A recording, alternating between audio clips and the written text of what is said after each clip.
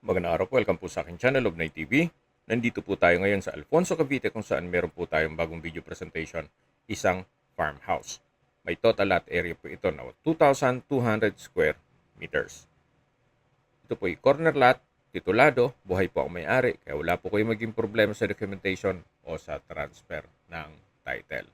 Ito mong bahay ay may floor area na 78 square meters at fully furnished. Lahat pong nakikita nyong kagamitan dito o furnishings ay kasama po yan. Well-maintained naman po ito kaya ready for occupancy. Once na ma-acquire itong property, pwede naman pong lipatan kaagad.